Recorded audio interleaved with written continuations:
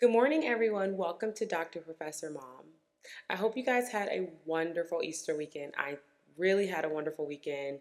I celebrated winning a PCASE, or the Presidential Early Career Award for Scientists and Engineers, that I received from the Biden administration this weekend with friends and family and colleagues, and it was just a wonderful time. I had so many of my friends and family from everywhere, classmates from kindergarten to high school, to my time at Alabama, my time at Michigan, my time at Ohio State and Columbus. So many people showed up for me, and it was just a beautiful weekend to celebrate with the people who love and know me the best. And it just shows, so much of God's favor over my life. And so I just had a wonderful weekend. Well, anyway, today we're going to be talking about early career awards. And in my time at Ohio State, I started in 2021, have won 3 early career awards. My first award came from the Office of Naval Research, the Young Investigator program. My next one was the Department of Energy's Early Career Award. And my last one was the National Science Foundation's Career Award. And then I just won a PCASE. So I guess technically 4.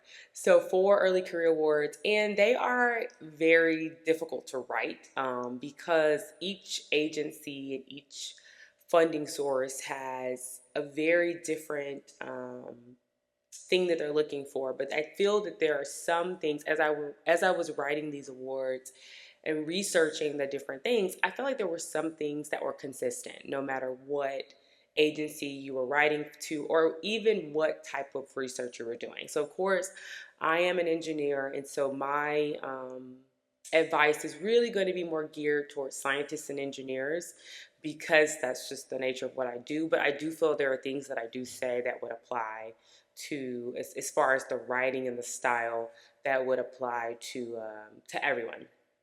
So just for people who do not know what these early career young investigator awards are. So they're really for people who are starting their academic career. And the awards help you establish your research group. They help you establish, kind of your vision for yourself. Most of the awards have a 5-year term. And so the thing is, after you've completed this, research in 5 years, what is going to be like your legacy? What is going to be your career? What are you going to take into it? Now, the Office of Naval Research, the Young Investigator Award, is only 3 years, but the positive of it, or as it stands now, is that it comes with an additional up to $250,000 that you can use to buy equipment. And that is unlike the other awards. So that one is really nice because you can actually buy a piece of equipment for it. So when I won it, I bought an ultrasonic fatigue system, a custom system from Boku in Austria. So again, that award is really nice because you get this money for equipment. Regardless, like the DOE is a lot of money. It's $150,000 a year for 5 years. So again, in research money, it's the most. But these awards really help you establish your career, and a lot of them have different requirements, which means like you can't be so many years past your PhD, or you can't be so many years, past the postdoc, or things of that nature. So really make sure you understand the requirements, because some of them do have an age, or I should say age requirement, but kind of when your PhD was confirmed, how long after you can receive the award. So that's another thing. But a lot of different funding agencies have early career type awards. So like NIH has, the Trailblazer Awards. There's just, every agency has some type of early career award. So I encourage everyone to really look into it and see like what agency fits your research. For me, when I was applying for faculty positions, my PhD advisor gave me the advice. He says, when you write your research statement for faculty awards, think about it in a way where these are going to be the first 3 proposals that I write. Like each thing you talk about in your research statement, I talked about 3 different themes. And he was like, look at it as this is going to be literally the first 3 proposals that you go for. And that was exactly what I did. So the 3 research ideas that I discussed in my research statement and vision talk when I was applying for faculty positions, were literally the first 3 awards that I wrote, or the first 3 proposals that I wrote for these early career type awards. And so like the positive of doing my postdoc at the Navy, and I've talked about this before, was really getting an understanding of like Navy relevant like issues. And that helped me when I wrote the Office of Naval Research Young Investigator Award, because I kind of had that inside knowledge. The other 2 are different because, I didn't have like a strong connection to any of the agencies, but so I really had to kind of start from the ground up of like starting with a program manager. So if you don't know what a program manager is a person at an agency or any place that runs a program. And their program can have different themes. They can focus in corrosion. They can focus in multi-component alloys. They can focus in AI and machine learning, integrated computational materials engineering, ICME. So that this person has a specific program that they run, and these programs have themes. So it's like their vision of what they think the future in a specific area is going to be, right? So they run a program, they receive funding from the higher ups at their agency, and they run a program. From these programs, they can fund people. So they get money, they can fund anybody they want to fund that aligns with their specific vision in their program or their research goals of their program. And so a program manager is the first person that you want to talk to, because if they don't like your idea, or they don't, and like is a strong word, they don't feel like your idea fits into the scope of their program, they're not going to fund it. So if you have an idea, the first thing to do is to contact a program manager, right? And so program managers can have a lot of influence on, it's their funding, so they can have a lot of influence in who is getting funding from them. That's just outside of the early career type awards. But in general, they can have a lot of influence on who's going to get funding. A lot of things common mistakes that I see, even from talking to friends that are program managers, is people would just submit a white paper without ever contacting the program manager, and it may not even fit into their idea. Or they may say, if you send them the white paper ahead of time or have a discussion with them ahead of time, they may say, well, this part here, this part here really fits into my program. I think if you submit, you should focus here, or you should expand here. And I think that really, I would say really is important when you're writing or when you're developing an idea. Does this idea fit into their research goals? And if it does, what is their preferred style? What are are they a big person on the fundamental science? Do they like things that are more applied? What parts of this is going to fit into the scope?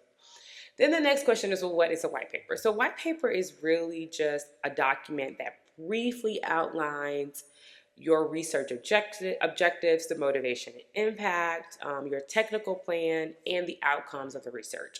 So it's usually 1 to 2 pages. Some program managers may allow you to submit 3 pages. But a lot of times it's really just a brief outline. So think about, as a program manager, you are receiving a lot of white papers throughout the year. You don't have time to read a 5 or 6 page document, right? So really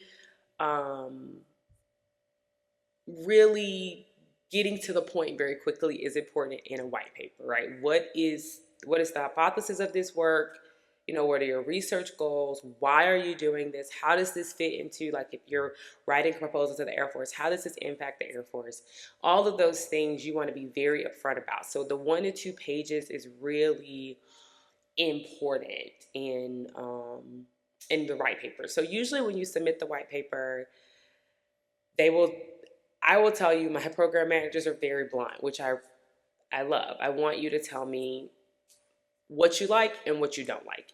Remember, academia, if you're a person that gets your feelings hurt easy, this is probably not going to be the space for you, because you want someone to give it to you straight. Like, you don't want to bluff, because writing a proposal takes a lot of time and a lot of effort and energy, and you don't want to waste time. So once you have submitted the white paper, you can ask them for, you can say, I want to, here's my white paper, my idea. Is it possible to have an in-person meeting, which I did when I was postdocing in DC, or a Zoom. Now with after COVID, Zoom is important, but I still think personal connections are important. So if you can have an in-person meeting, whether you go to, for us, DC area for a lot of the program managers, or if you're going to a conference that they may be at, could you meet with them then to discuss the proposal in more detail? Most of the time they give it a quick read and they're very honest. They say, hey, this doesn't really fit in my program, or this part of your idea fits into my program. And if, when I fund people, these are the types of things that I look for. What I love about my DOE program manager, in the South we have a saying, straight with no chaser. He is straight with no chaser, and I love it because he tells you exactly what he looks for and exactly how he's going to fund it. And if you really want that. You don't want someone that's very vague. Where you're kind of like, I don't know if this is the way they like to see things, or they care about fundamental science. Should I spend more time here? Do they like to see some computational element?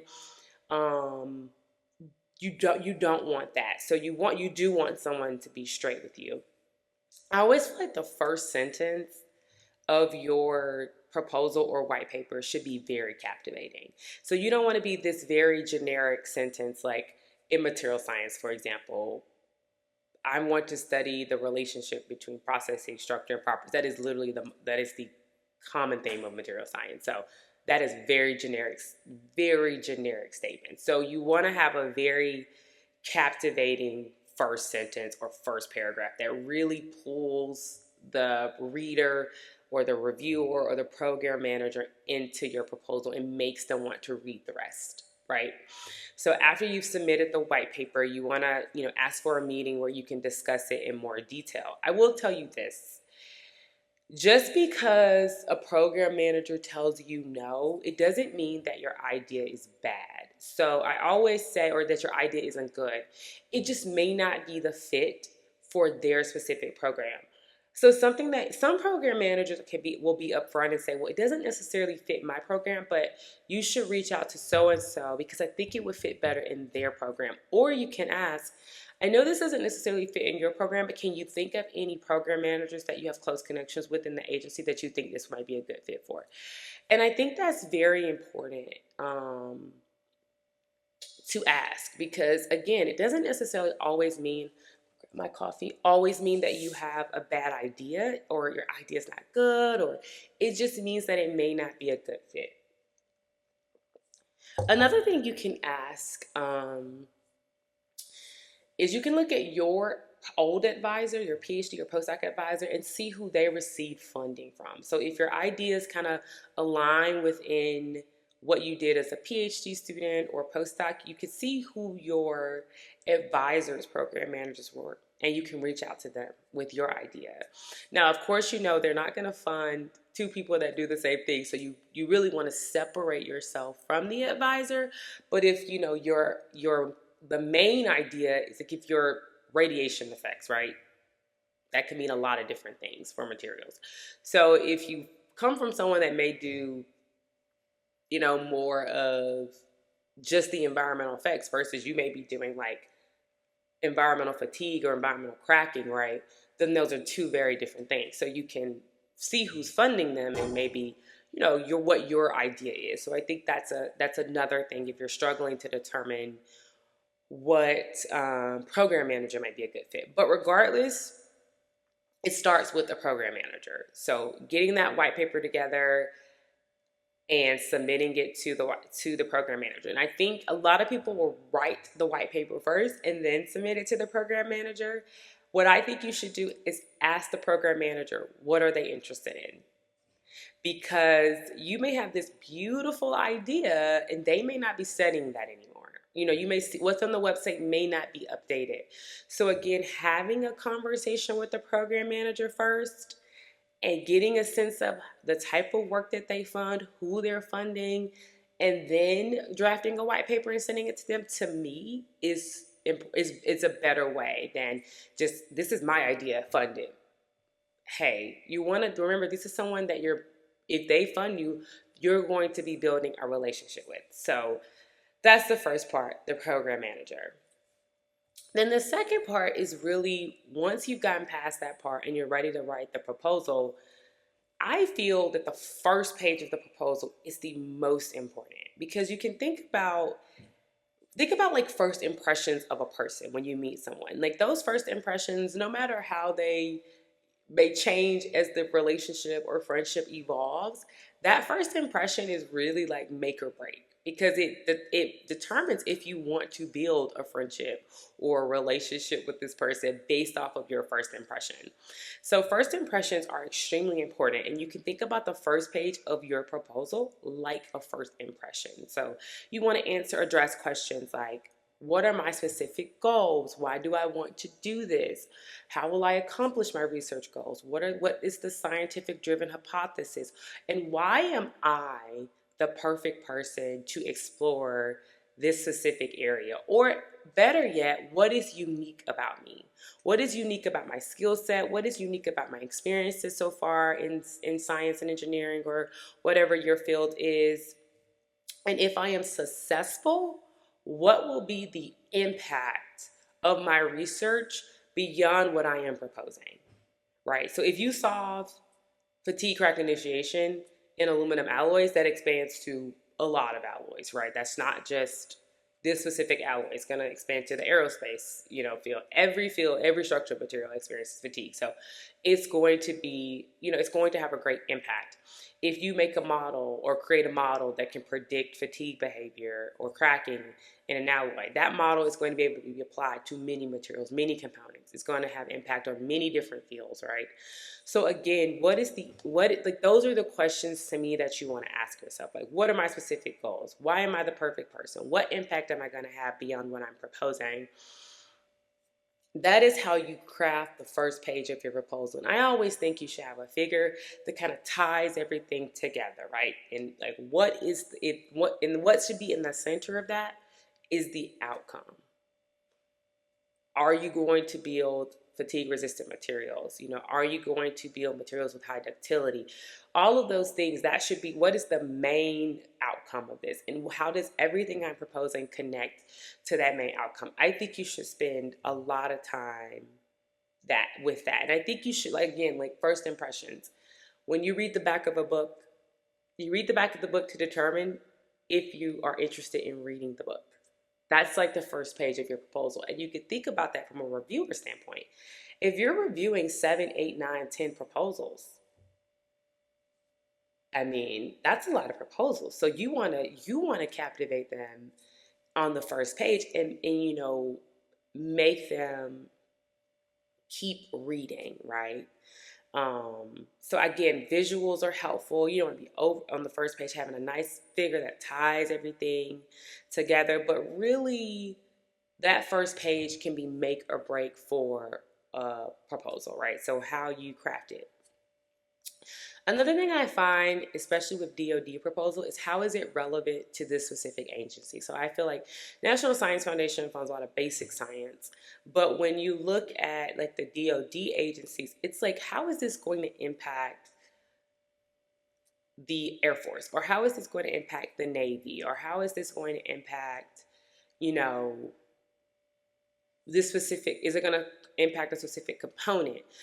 What are the impacts of that agency? And I think that's something that you definitely want to have. I remember for my ONR proposal, I had an entire section on Navy relevance because it needed to be relevant, right? Because if it impacts the Air Force and Army, then they're going to say, let them fund it. Why do I need to give my money to it, right? So the impact of Navy relevance, right? So I had an entire section on Navy relevance.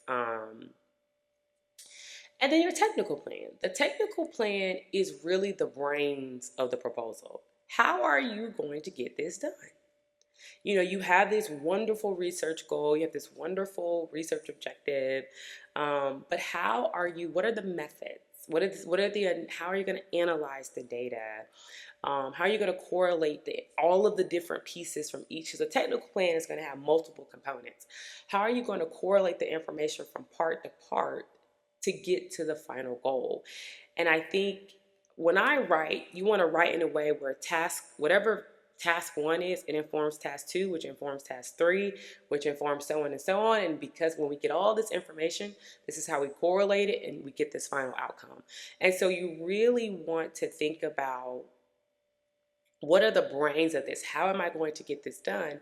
But I think a lot of times people spend so much on how they're going to get it done, but not how are they going to use the information, how they're going to use the information from each one of these tasks, how are they going to analyze the results, right? That's another big part of how the brains of the operation. It's one thing to say, okay, I'm going to do transmission electron microscopy and see dislocations. Okay, great. How are you going to how is that information going to inform the next task, or how is it going to help you reach the outcome that you proposed in that first page, right? So it's really about thinking about it as the brains of the operation. How am I going to do this? What are the expecting results, and how am I going to analyze those results? And a lot of that is having some type of preliminary data. And it's not necessarily that you need preliminary data on this specific area, but like, let's say you propose microscopy techniques and you did microscopy in your postdoc and your PhD, and you say, hey, I would, in so-and-so paper, I did a similar technique on this specific alloy, and this is a, representation of it in figure, blah, blah, blah. And, we use this information. You don't want to spend a ton of time on it because you don't have a ton of time. Not a ton of time, ton of space on it, because it seems like a lot of it's 15 pages. It seems like a lot, but it goes quickly. But you want to show some type of visual, which means that you had success using these methods that you have proposed. And so you have background, you have had success, so that means that you can get it done, and not only can you get it done, but you can train the students that are going to be working on this project to get it done, to do it. So that's, to me, like, that technical plan is like the brains of the operation, right? So how do all these different tasks that you're proposing inform each other, and when you have them all together, when you have all the puzzle pieces, how do they connect to build this final puzzle, help you reach this specific outcome? And you want it to be hypothesis driven, right? You don't want to just, people may say, I'm going to study fatigue and additive manufacturing materials. That's great. But why? Why do you want to study that? Like, what is the specific problem here? So again, you definitely want to really have a solid technical plan, and it needs to make sense. So if you're proposing a technique that's not going to get you the information that you are saying it is, people will call that out. People will definitely call that out. So that's why having even like if it's like, for example, dark field X-ray microscopy, it's not something I did synchrotron work, but I had not done dark field X-ray microscopy. So it was something that I didn't have an idea, but I had an idea. I knew how it worked, and I knew the information that you could get out of it. And I obviously had experience doing like high energy X-ray microscopy and diffraction, even though I didn't have specific expertise in that specific technique. I definitely had expertise in the area, and I understood the information that you could get from it. And I was able to say, like, this technique, the information I'm going to get from this technique is going to help my research objective or goal in this specific way. So you definitely want to have a true understanding. And even when I read proposals and I'm like, well, that's not true. It's good. That's the end. The minute someone reads that part and it doesn't make sense, and that's not what that specific technique, that information that you're saying you're going to get from it is not what is going to happen, people are going to stop reading. Because that means that it's not technically sound, and that's the end of it. Like, this is a technical proposal. So it's done, right? So you definitely want to have a true understanding of the techniques or methods that you're proposing. So again, that technical plan is really brains of the operation. Another thing that I see is not following the rules. And I know that we were taught to be rule breakers, but this isn't really the time or place for that, right? So every broad agency announcement, solicitation, or program. They have program guidelines, and they're telling you what's the font, what's the different sections that they're expecting to see, what the font type should be, the spacing should be. You want to have all of those components because that is an easy way to get your proposal thrown out. If you have to have a recommendation letter from a department chair or a dean, you want to have that. This is not the time or place to break the rules. You want to follow all of the rules. If they are expecting the section headers to be introduction, preliminary data, technical plan, outcomes, whatever, you want to make sure that you have every one of those sections, that they are clearly labeled, and that you are following all of the rules, the page, margin types, all of those things. This is not the time or place to break the rules because that is an easy way to get your proposal thrown out. It will not even be reviewed. So follow the rules and read that solicitation back and front. Double check. Once you wrote the proposal, double check and check. Do you have to have a data management plan? Do you have to have a resource plan?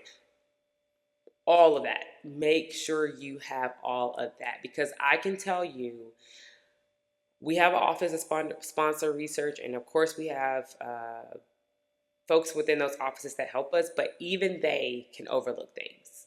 So you want to make sure that you know that everything that is supposed to be a part of that proposal is there, that you have followed all of the rules, because once you've submitted, you can't go back. Another thing to know is that not every agency is the same, and so you can recycle. There's nothing wrong with recycling proposals, but you want to make sure that the submitted proposals follow the guidelines, and that you talk to, the program manager beforehand for that specific agency. So, like NSF, intellectual merits and broader impacts are terms associated with NSF. So when program managers see that, like a DOE program manager sees that, they know that this is a recycled proposal from NSF, because they don't have broader impacts and intellectual merit as a requirement in their proposals. So they'll know. I'm not saying that it'll necessarily negatively impact your idea, but it kind of goes back to that relevance. Like, how is this relevant to my specific program? And of course, there are overlap in program relevance from agency to agency, but just knowing, like, again, that first impression thing, right? Your proposal is the first impression. So really making sure if you're recycling proposals that you're following the guidelines of the new agency that you're submitting the proposal to. Another part is to have several people review the proposal before you submit it. So it is really because, like, more eyes are better than one. So when you're constantly reading it, like, you're reading it with your brain, right? And so you're not looking for the gaps or things that don't necessarily make the most sense. Whereas someone who's reading it with fresh eyes are going to be looking for those things. And so especially people who review, I always like more seasoned professors, because they have had more experience reviewing proposals, especially like early career type proposals. And so having them review it can be very, very helpful, because they've had so much experience with program managers and proposal review that they really know what people are looking for. And that kind of brings me back to another part, is that you can sit on panels to review proposals for different agencies. So you get a sense of, like, what's a good proposal, what's a great proposal, what's an okay proposal, and kind of how the funding system works in that specific agency. Definitely understanding that. Another part is a vision statement. So not necessarily but a vision sentence, I should say. So how does the proposed idea contribute to your career goals? Now, keep in mind that not every agency requires a vision statement. So again, when you make sure that is a requirement of the specific agency that you are submitting to. But really what that statement does in the proposal is it says, what do you want to be known for? And how does this proposed idea feed into that? So when I think about Ariel 10, 15 years from now, what do I want Ariel to be known for? And how is this, when this funding helps me kick off this idea, how does it contribute to what I want to be known for or the legacy that I want to leave behind as an academic. And so I do feel that those statements can be very impactful if they are required. And I say that because I had a program manager tell me, if you put something in the proposal that I don't require or that's not required of the solicitation, and let's say you're lacking somewhere else, I'm going to feel a type of way because you could have used that space to fill in this gap. So again, what is required? Some other things to think about is, I always say, if you got it, flaunt it. This is not the time to be modest. Like, you want to show why you are the perfect person to get this done. And if you got it, flaunt it. That's the best way. If you have 20 plus publications in a specific area, you want to talk about it. If a paper that you had was cited 300 times, you want to talk about it. Like, this is not the time to be modest. Like, you need to show why the program manager should invest in you. I think some other things that can be helpful when writing these is participating in workshops. So NSF has different career workshops for different fields. So they have one for engineering. You want to participate in those. If your institution has writing programs for different career awards, you want to participate in that. If they're writing workshops, you could also participate in that too. Another thing that I see is, if you mention that you're going, so the thing about career awards is that it should be all the work that you can do. So you shouldn't need a collaborator to do it. But if you say, like, I'm going to go to chess and use the synchrotron, you want to get a letter of support, because you have to get time at the synchrotron. That's not just, I'm going to do it. So you want to get some letter of support from the beamline scientists that you work with, saying that they supported you in the past and they support your idea. But also make sure you follow the rules, because support letters may also have specific guidelines. And so look at the BAA and make sure that you follow. It's always about following the rules. Another thing is, if you have friends or colleagues that have been awarded from these specific agencies or program managers that you are submitting to, you can ask them for their proposals. I found more than not that people are more than willing to share their proposals. So it doesn't hurt to ask. If they say no, it's fine. Moving on. Most of the time I see people say no if the idea wasn't funded and they may be, revamping the proposal. But most of the time, if the idea has been funded, they will share the proposal. Or another thing is, if you're getting stuck in a specific area. So for example, in the integration of education and research in an NSF proposal, which can be a little bit more difficult to write because it's very different. It's different. How you need to frame it is different.